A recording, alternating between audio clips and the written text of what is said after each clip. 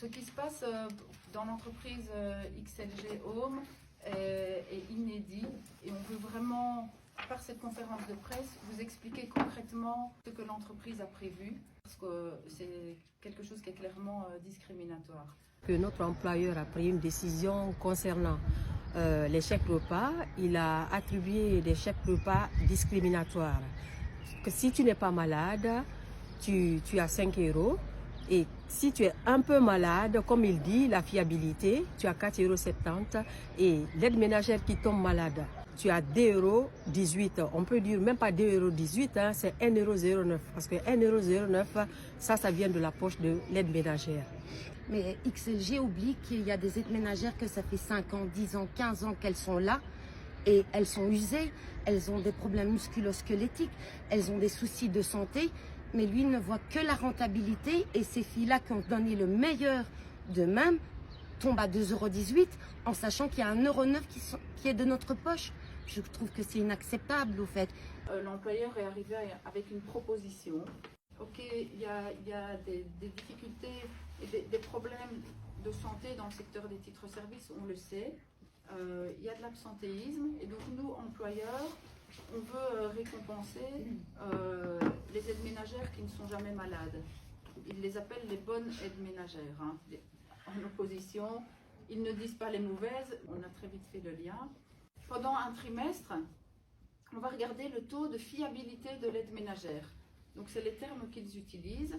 Alors si à l'issue du trimestre, le taux de fiabilité de l'aide ménagère est de X%, alors c'est bien, le trimestre suivant, elle aura des chèques repas de 4,70 € en valeur faciale, ce qui était le cas avant. Si elle est vraiment très très fiable, à savoir qu'elle n'a presque pas d'incapacité de travail, mais en gros c'est pas du tout, hein, parce que sur un trimestre ça représente peut-être 4 heures. Donc en gros l'aide ménagère qui n'a pas du tout été absente pour incapacité de travail, elle aura 5 €, 30 cents en plus, bravo. Mais l'aide ménagère qui a été un peu plus absente, c'est-à-dire moins de 90% de présence au travail, donc 10% d'incapacité, ben elle, le trimestre suivant, eh bien malheureusement pour elle, son chèque repas, il sera seulement de 2,18 €. Si on prend une aide ménagère qui a un horaire de 30 heures par semaine, hein, ça fait une moyenne de 130 heures sur le trimestre.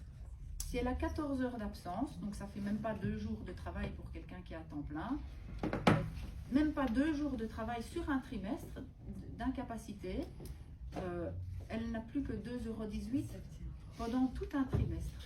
En clair, ce qui se passe, c'est que la majorité des aides ménagères va avoir 2,18 €. Hein. Cette histoire de chèque repas, c'est triple peine pour les travailleurs.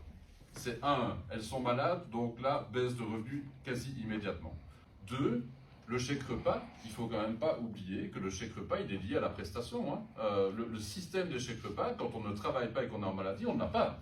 Parce qu'on a été malade et parce qu'on a déjà perdu ça, on diminue encore le montant des chèques repas. On est là dans un système qui est d'une profonde injustice. Et fondamentalement, tout ce qui vient d'être dit, c'est aussi le résultat d'un refus de concertation au niveau d'un secteur comme les titres-services depuis des années et des années. Donc on est là dans un blocage et dans une non-volonté de la part des employeurs de vouloir à un moment donné avancer sur les questions sociales dans l'entreprise. Si à vous, on vous donnait un chèque repas à 1,09 €, vous vous respecteriez ou pas? On va se battre pour avoir le même montant. Discrimination, on n'en veut pas.